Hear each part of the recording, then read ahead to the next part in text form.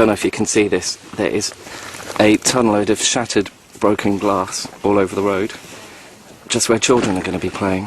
So we're going to try and clear all of this up as well.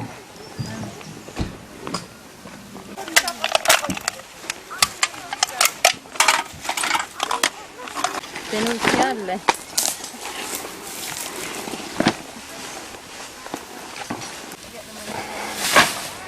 It's incredible just how much rubbish you can find. We've been pulling this up for the last maybe 10-20 minutes. And look at everything we found. Here's a bit more. Hola. Hola, ¿qué tal?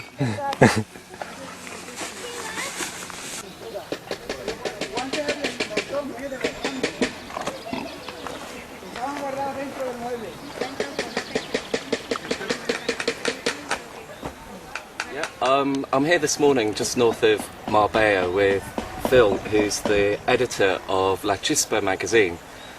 Phil, firstly, could you say a little bit about who you are, La Chispa magazine? Okay, well, the magazine is what I call an eco-holistic magazine. It covers all the different subjects of ecology, natural health, healthy living, and personal development.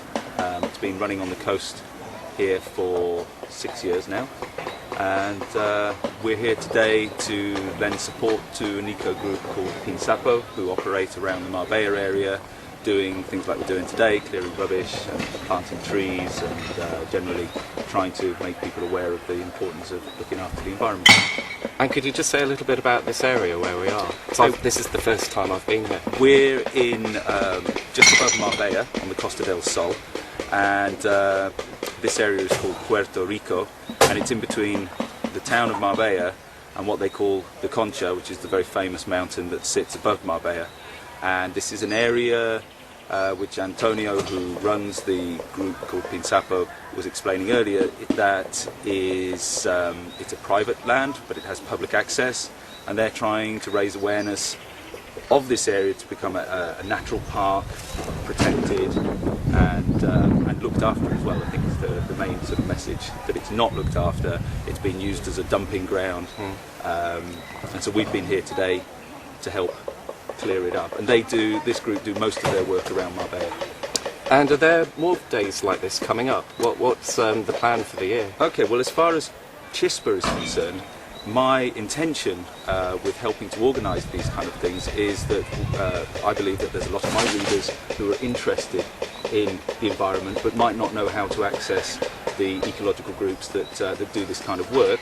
And then of course there's the ecological groups that always need volunteers, and the more help the better. So my intention was to use the magazine as a bridge between the two, and we will be choosing one day every issue, so every 2 months there'll be a day out like this. We'll do different activities, probably with different groups, as we develop the project, the idea. That's great. Well, as you'll see on the video, there's been a huge amount of rubbish that we've found already. You can probably hear people dumping it in some of the containers already.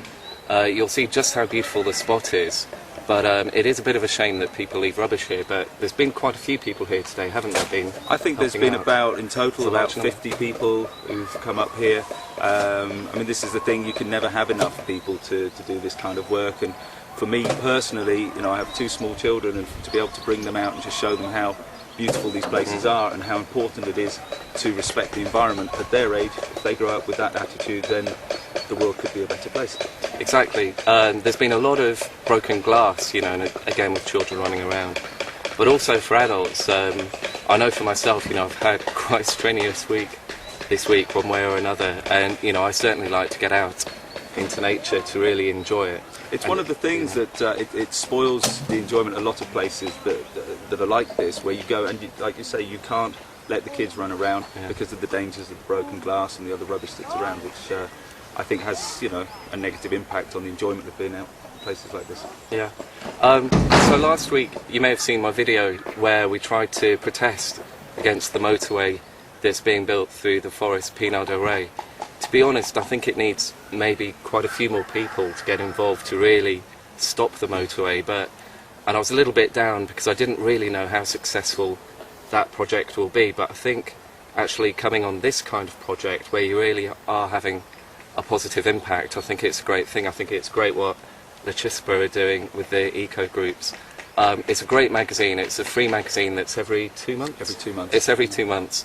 So if you have a look at La Chispa magazine or go on the internet, I'll add links on my website to La Chispa, and there you'll find information about maybe if you want to come along to an eco day in Andalusia, really give something back to, you know, Mother Earth, Mother Nature. So I think it takes you away from the sort of the tourist beaches. I mean, there's work that's done on the beaches as well. Last year there was a big group of diving people, enthusiasts, who went to the other side of Malaga and they did a similar thing in the sea.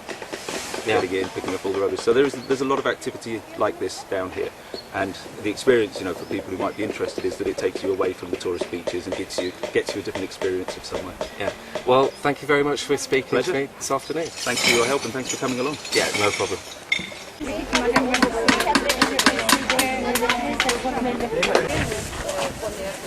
¿Mezclamos uno más o qué? Pero ¿dónde hay agua? Pero nos falta agua con esto.